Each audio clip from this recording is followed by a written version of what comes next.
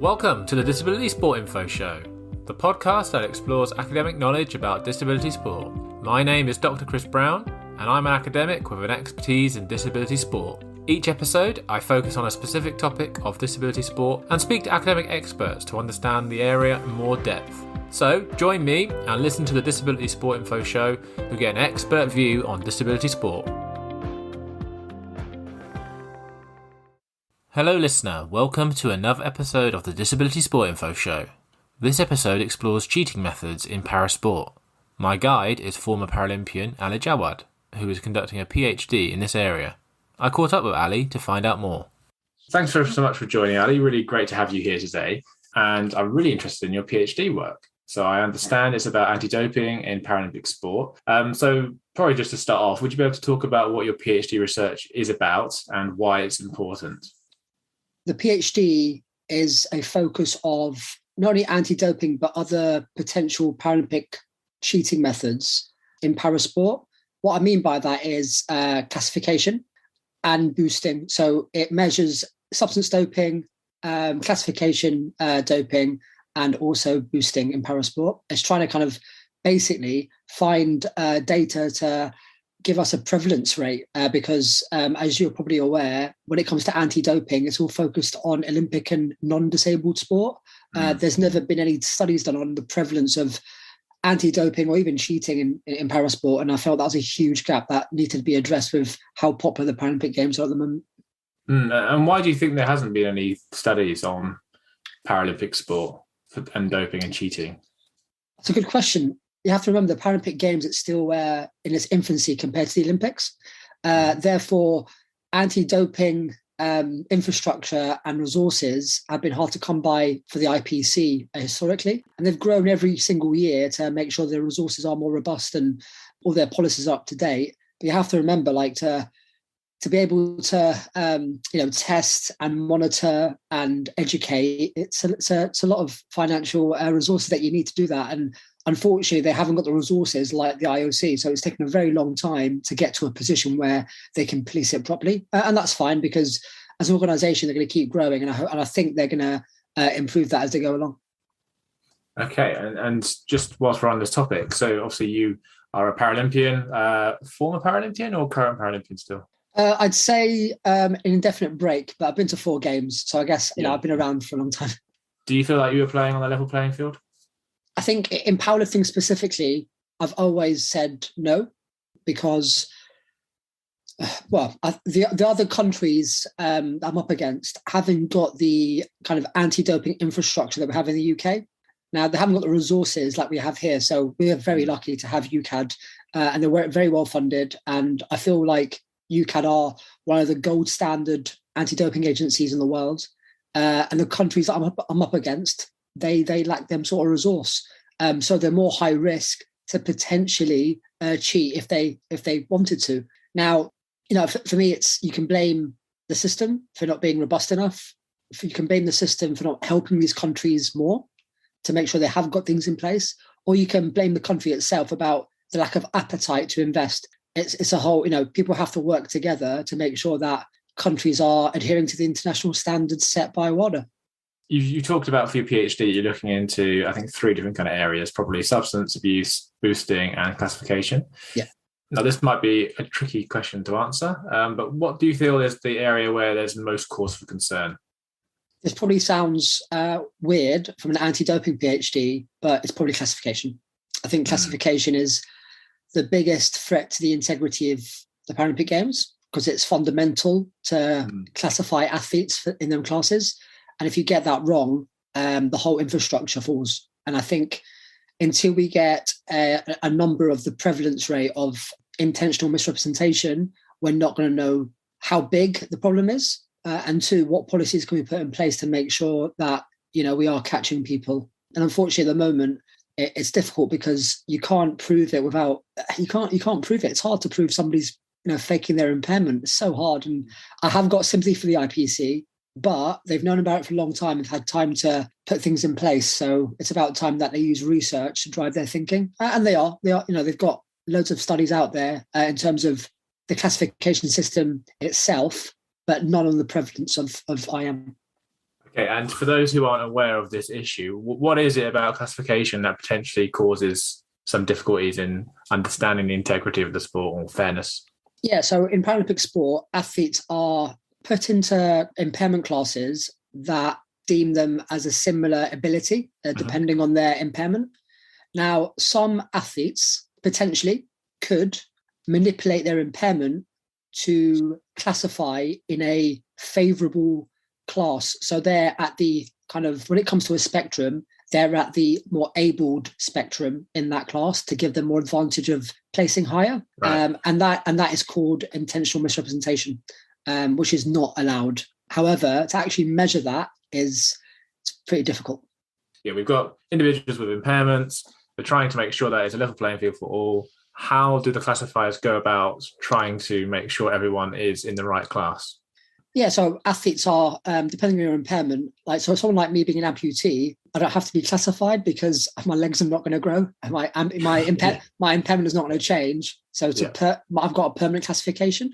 But in other sports, the classification process, you go through classification during competition. So, for example, maybe 2 days before the competition, you'll be called for classification. You go through these assessments, and then the classifier will deem what category you're going to be in based on the assessments. The issue is that some impairments can manipulate their level of impairment on the day by, purposely being more fatigued, so they score low in the impairments. Because they know the classification's coming, they can try everything they can to not try during the assessments to make sure that their scores are much lower than they would have been if they were trying. So it's very hard for the classifier to understand somebody's intent and effort with these assessments. You have to put it into context. It's hard to accuse somebody of manipulating their impairment. It's a very sensitive issue. It's how you have that conversation with somebody that you've deemed them to potentially try and deceive the classifier. So it's a very difficult conversation to have, and also it's very hard to prove without a reasonable level of doubt. What I'm trying to do is, one, try to find out the prevalence of that to see if the problem is big, and two, the IPC has worked for the last 10-15 years to make sure they kind of transfer to a evidence-based classification system where they use science to kind of make sure these structures are in place. And I'm hoping in the next maybe 5-10 years, every parasport will have that structure in place to make it a little bit easier. Are there any particular impairment types that are more contentious, controversial when it comes to classification? You mentioned, obviously, as an amputee, it's pretty clear-cut. That's obvious. But are there any particular impairment groups in parasport that is harder to classify? So, for example, anything that's neural-based. Yeah. We know of anything that's neural-based, if you're very, very tired, you're not going to score highly on them tests, but you can make yourself tired because the tests are coming. So from my view, it's like, how do you counter anybody trying to make themselves more tired? Or how do you know they've done that on purpose? It's a minefield, to be honest. And I don't feel sorry I feel very sorry for the IPC because they have to factor in so many different impairments and so many moving parts. And it's very hard to come up with a system where the Paralympic Games has accelerated, the classification system hasn't gone with it. And that's where the big, big gap is. And they have to address it quite quick because the Paralympic Games now is so big that the media coverage is vast and they're probably a huge scandal away from being big. And that's the issue. That's what I'm afraid of. For those who weren't aware, there was a big scandal in 2000 with the Spanish men's basketball team. Essentially, the Spanish men's basketball team, they won gold, and a lot of them faked having an intellectual impairment, which ultimately led to intellectual impairments being banned from Paralympics until 2012, which is odd because it was a non-disabled person basically counting against intellectual impairments, and intellectually impaired athletes were therefore excluded and discriminated against because of someone else making the kind of cheating incident. But also you can ask the IPC of why wasn't a system in place to make sure that there's a way for them to come back in, and it took them 12 years for that to happen. That's a long time. That one mistake they should have learned from, rather than them taking 12 years to address it. So it goes both ways. Yeah, and also now intellectual impairments are allowed, but only in certain sports. Yeah. And well, it's probably only like 3 or 4, I think, from what I remember. On paper, there's only been 2 cases of IM in history. So the basketball team and a volleyball player in 2020. So 2 cases ever, but we know the number's probably much higher than that. I think it's the actual assessments that are the problem and not the practitioners. The practitioners, they're highly qualified individuals. Of course, The IPC won't just, employ anybody sort of thing. But I think it's the actual consensus of what assessments to use to measure the extent of that impairment and how it affects them competing. And I think at the moment that there are a few kind of improvements that can be made, which they're probably looking into. So yeah, I think it's going to improve, but it's just going to take a while so they can get that data. I watched a Panorama program, I think it was last year, which was talking about classification. I think it was just before the Paralympics, which makes sense. And there are some examples of athletes who are being reclassified into different classes. So if we see that, should we be suspicious, or is it just one of those things that an impairment can change and the classification system may change and you just happen to move up and down? I mean, what's your thoughts on that, Ali? That's probably the most sensitive area, because when you get reclassified, you don't want to automatically give that athlete suspicion that they faked their impairment before. And unfortunately, with some impairments, they're one acute, so they can change like on any day. Their ability changes too. So I think there needs to be something in place where to have a scientific approach to the classification system, you factor that in as much as you can. So yeah, like I know a lot of athletes from their experience, they get absolutely ripped apart when they reclassified, and people think, wait a minute, so what did you do before? And the answer is actually absolutely nothing. Just my impairment has changed, or the classifier sees things differently than before. There's a lot of things that go into classification, and it's not the same classifier.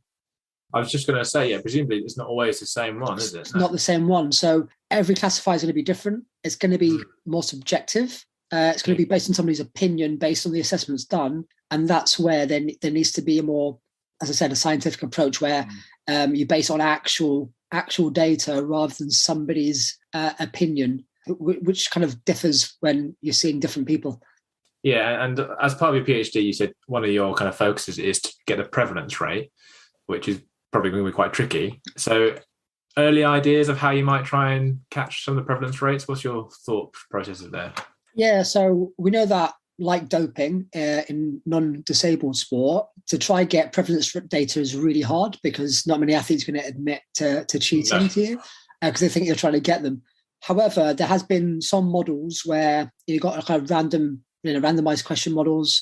You've got the crosswise models, which is used by WADA to try and get prevalence rates where it keeps the identity of that individual completely anonymous. So I want to use the crosswise model to try and collect that data and make sure that athletes that are participating can't be identified, not even by me. So they can be as honest as possible without actually, not giving me any information that will identify them. So I'm hoping that athletes feel safe enough to tell me the truth. But also, like, the crosswise model uses probability rather than actual facts in terms of people saying their experience to me. So I'm hoping that because we're not asking for people's experiences to be written down, I'm hoping that the athlete community engages and actually, tells me the truth. But we'll see. I know how sensitive and hard it is, especially for parasport, which hasn't been exposed to the scrutiny of, the Olympics. Are you looking at current participants in terms of trying to understand prevalence rate? Are you going to contact the participants, everyone, directly, or are you going to go to organisations? Are you going to go through the anti-doping agencies? How are you going to administer your collection method? Yeah, so I'm going to try use varying methods. So I've got my athlete network, which is quite extensive. I'm obviously going to try and use anti-doping agencies that see value in the work that I'm doing, and hopefully they share it amongst their athlete community. It's available in 5 different languages, so I'm trying to get it. I'm trying to get it kind of a global reach rather than just a national reach, because it's important that you get varying experiences and different cultures and different mindsets. And yeah, the work to try and get it into 5 different languages was quite interesting because obviously I only speak 2. Right. So what are the 5 languages? Also, we've got English. English, Portuguese, Spanish, French, and Russian. Okay, yeah. So we're covering quite a lot. Quite a lot. The globe. Yeah. Wow. Yeah, that's pretty intense trying to get that all sorted. Imagine the data analysis after. Yeah, and I imagine your ethics procedure must be pretty complex as well for the data collection. It was quite rigid, especially with the nature of the study. Of course. But we managed to get over the line. I had to kind of compromise on certain bits, but it's understandable because of the nature of what I'm trying to measure. Yeah, no, definitely. Yeah, for those who have experienced ethics and data collection, it's not always the easiest process, but for obvious reasons, and it's very important. Okay, so we talked about classification. You also mentioned something called boosting. What do you mean by boosting, and what is it, and why is it a dangerous issue in terms of integrity, etc.? Yeah, so athletes with spinal cord injuries, because of their impairment, they have something that's called autonomic dyslexia, which is a rapid increase in blood pressure. That could happen at any time, can happen naturally, right? However, there's been situations when athletes have purposely made it happen to improve their performance. So, and that's, for me, that's probably the most dangerous way of cheating, because to boost or to increase your blood pressure purposely, you're going to have to self-harm. Right. Because you have to cause a stimulus for that to happen. That increases your performance by around 15% in kind of middle distance and long distance wheelchair racing has been found. So it's not good for strength sports. However, I describe it more as like blood doping, where obviously blood doping gives you about 3% increase in performance. This gives you 15%. So this is arguably way more beneficial to the athlete in question. Do we have any documented cases of this, or it's just kind of on the scene that people might have suspected something? Past prevalence studies have suggested a prevalence rate of between 7 and 15%. It's quite high. Quite high, but them studies were on a low sample, and they were also years ago. How long ago was this? 2010 was the last one, I think. Oh, okay, so yeah, 12 years ago. That's quite 3 Paralympic cycles, pretty much. Yeah. So I think for me, I was like, okay, it's been a long time. Can I add to that prevalence data, and can I do it in a different way? And for me, it's very important, because boosting is highly dangerous. It could be fatal, and it needs to be addressed ASAP before there is a massive scandal. Yeah, of course. Yeah, and this is really hard for you to answer, but do you feel it's potentially gone up or decreased? What would be your kind of instinct based on your experience and knowledge of this area? So my lived experience suggests that people are doing it. Okay. Because people have told me what they've seen. Okay. I don't know the answer to that question, because of course you don't know. Yeah, because obviously, like, you can't really base it on your lived experience or what you've been told, but you're not going to question other people's experiences either.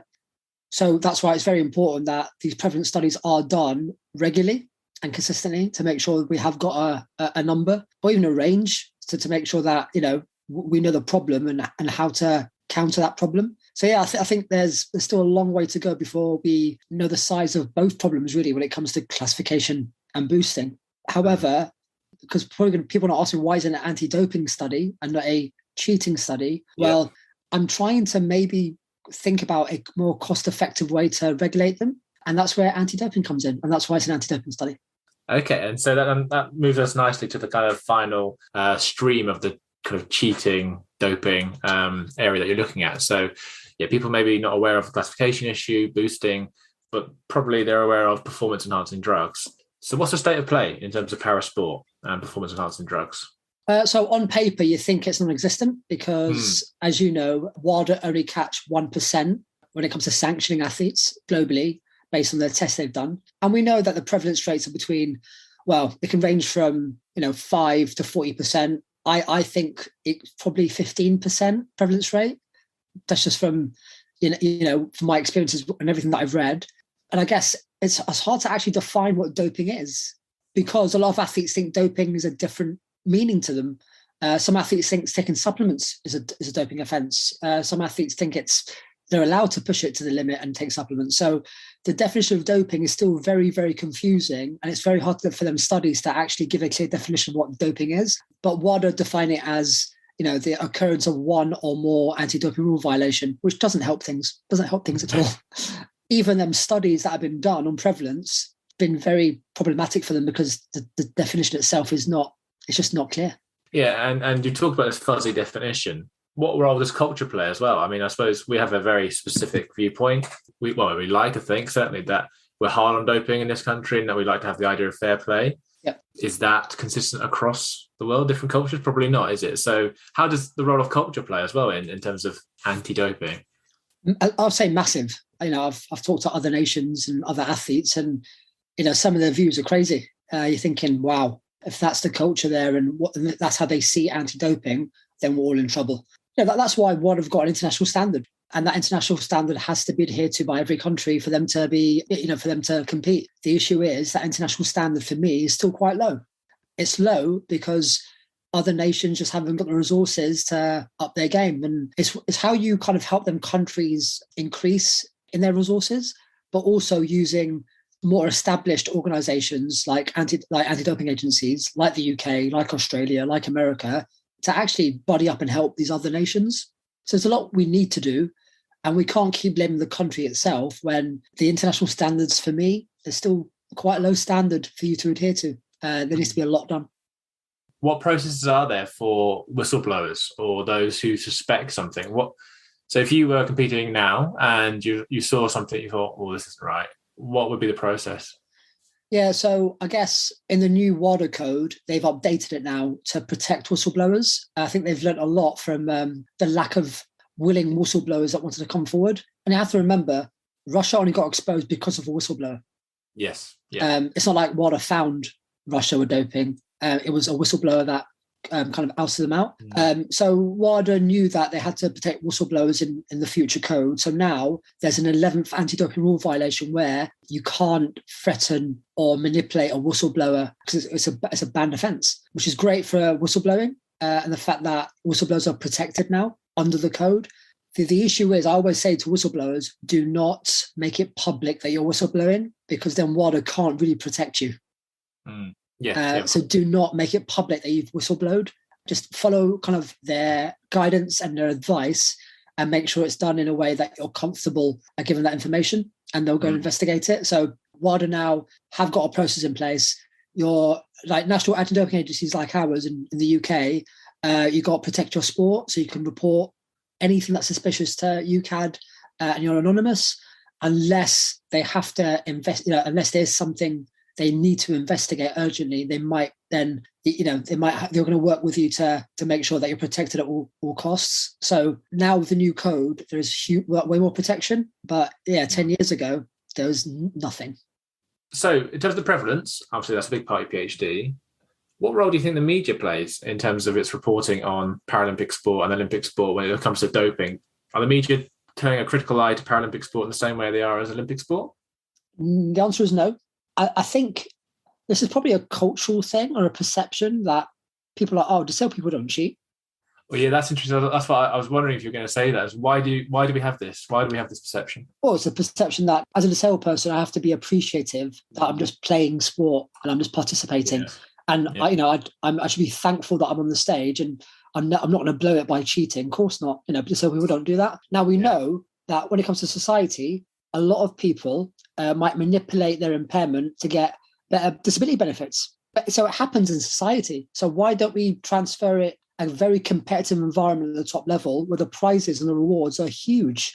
Some para athletes are superstars. They've got huge sponsorship deals. So like the Olympics, the reward at the end means that actually people are going to always try to find an advantage to try and, produce incredible performances. Unfortunately, the media, the way they report is more like inspirational reporting rather than actually exactly rather than the Paralympic Games being under huge scrutiny like the Olympics. If you look at the reporting, it's always positive. The majority is positive unless there's a huge scandal. It's always positive. Where when it comes to Olympic reporting, there's always a downer. There's always there's always positive things, but there's always a caveat in there. There's always an angle. Where with Parasport, it's all about inspiration and inspiring the world, and how the Paralympic Games is seen as a vehicle for good with disabilities all over the world. But Parasport is exclusive because it's elite sport. Elite sport has to be exclusive because it's a competitive environment. And the media have got a lot to play in terms of its reporting and coverage still. Scope did a campaign a few years ago called End the Awkward. I don't know if you're familiar with that or not, but basically how some people are a bit worried about talking to disabled people, especially the non-disabled, because they don't want to cause offence. We're very about politically correct here in this country. Do you think that, because presumably most of the media are non-disabled in terms of reporting on Paralympic sport, so is it potentially that they want to be seen as putting their head above the parapet and saying, hang on, something might not be right here, and they'll be accused of being disablist or, being not friendly or conducive to having social change? What do you think about that? I think you're right. I think a lot of reporters are not disabled, and they are scared to, offend a disabled person. But the question I ask them is, why you treat them as a disabled person? It's elite sport. It's competitive sport. Forget about somebody's impairment. You're talking about elite athletes at the top of their game, competing at the highest levels, where the rewards and the outcomes are huge. Scrutinize that, not somebody's disability. Yeah. However, if somebody's disability is manipulated to achieve success, that's massive. Yeah, of course. That's like, why would you want to not investigate that? Like, for me, that you should investigate that, because that's what, faking your impairment is probably the worst thing you could do. Okay, yeah. So, I mean, that potentially is a culture change. That's going to take a bit of time. It is, but I think Channel 4 have done a good job. All their presenters are for Tokyo. Yeah, it was all disabled. Yeah. They're all disabled. Also for the Para Games in Beijing, a disabled cast. So, I think Channel 4 have led the way, and I think other media outlets are going to, they're going to have to go that way to make sure that actually, one bit, they're being relatable, but two, that can probably go a long way to end that awkwardness. Yeah, we could talk loads about your area. It's such a fascinating area for research. What's going to be the dangers for you in terms of being able to actually get this research out there? What do you envisage as challenges? Well, the big one is, I'm hoping not, but the International Paralympic Committee discrediting it completely. For them, it opens up a can of worms that they probably don't want in public. I get that. It's an image thing. But as I said from the start, I'm not here to tarnish the Paralympic Games. It's been my life. I've been to 4 games. I've committed, I've sacrificed my career for it. I'd never want to tarnish it. But we still need to make it fair on the athletes and protect the athletes. So I'm hoping that the IPC see value in what I'm doing and doesn't come out guns blazing when the publication comes out. As I said from the start, they will get, I'll give them the data before it gets published, because I want to be honest. I want to be transparent. I want them to prepare for what's coming as well, if it is coming. I'm trying to make them understand that it's not going to cause a ripple effect in terms of negativity. I want them to go, actually, we embrace this information. It's great that somebody's done it, especially a para athlete, and we're going to use this to better our understanding. Yeah, we'll see what their reaction is going to be. Yeah, I mean, well, hopefully it helps to kind of legitimize the product. So we can say that, okay, we know this is an area that has been under-researched. People may have had doubts. This is what we've got so far in terms of data, and this is how we can potentially try and make sure that we keep it in a clean and fair way to ensure that everyone is on the same level playing field. Yeah, I hope so. I hope they see it that way. And when do we think this might be published? What kind of date are you working towards? Hopefully next year. Oh, okay. I thought it was going to be a few more years. Okay, so next year. Okay. Yeah, because my first study is literally measuring the prevalence. So it's my first study. So I'm hoping to get the data, write it up, analyze it, write it up, and then hopefully by next year sometime, I can try submit it to publication. And there's no Paralympic Games next year, so you might be able to release it in a year where there's no Paralympic Games, and then kind of help the IPC potentially in trying to manage that story. Who knows? That's a good point, actually. Yeah, I'd rather that than 2024. Okay, so this is going to be probably impossible to answer. So I caveat that before I ask you this question. So, what is the biggest area that needs to be challenged to try and make Paralympic sport more fair for athletes? Oh wow. I know, that's basically, go and answer it, solve it, done your PhD, let's move on. I think it needs to be open to suggestions when it comes to regulation. Okay. So, for example, I think that athletes need to be more involved in the discussion. For example, when it comes to anti-doping, WADA hasn't got an athlete on their board that gets a vote on the decisions of WADA for athletes. Think about that, right? No athlete gets a vote. So how are they engaging with athletes? Well, they've got a WADA athlete commission that has no power. It's just an advisory board. They don't have to say yes to them. The IPC are a little bit better in that sense. They do actually engage more with athletes, but they can do way more. They know that. So it's kind of using athletes' experiences to be involved in that conversation. and make sure that the regulations that are in place really actually consider what athletes are saying, because actually athletes know a lot. Like, they've got their experiences on the ground as valuable. Use it. Yeah, that's what I'd say. So I say it's more of a engagement of athletes and making sure that they are listened to in order to drive them policies and structures going forward. Yeah, and listeners may find that quite odd that there is no representative with teeth or power. That actually they can't make a difference to how things are moving on. Why do you think that is? I mean, what's your thoughts? Athletes just want to compete. It's not, for us, it's not about politics. Just want to compete and represent our countries. Yeah. However, we are trusting the people in power to make the right decisions for us. Unfortunately, there's been loads of examples that them decisions have not been right, and the engagement of some of them processes has not been great either. So I always say to athletes, like, make sure you engage with the system, teach it on how to get better, and hopefully they're open to that. Unfortunately, with any sort of global organization, it's all about data, it's all about numbers, and at the moment, because there's no actual data on IM or boosting, concrete data, they're like, well, doesn't exist, does it? Yeah, nothing to see here, right? Okay. There's no problems. I can't see it. They know it goes on. It's not a secret amongst the communities, but without actual numbers, I don't think they can actually counter it. No. Yeah, they don't want to shine a light on something they don't know the full extent of at this stage. Exactly. So hopefully, through people's research, and that's why I'm encouraging our researchers to look into this, we can help. Yeah, well, definitely, yeah. And obviously then we as viewers can watch it and be more confident that we are seeing actual fair quality competition. Yeah.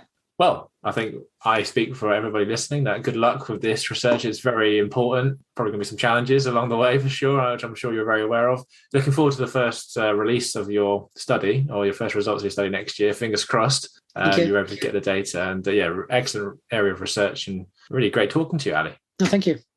That's it. That's all we have time for. Thanks for listening to another episode of the Disability Sport Info Show. Stay tuned for another episode. Until then, goodbye.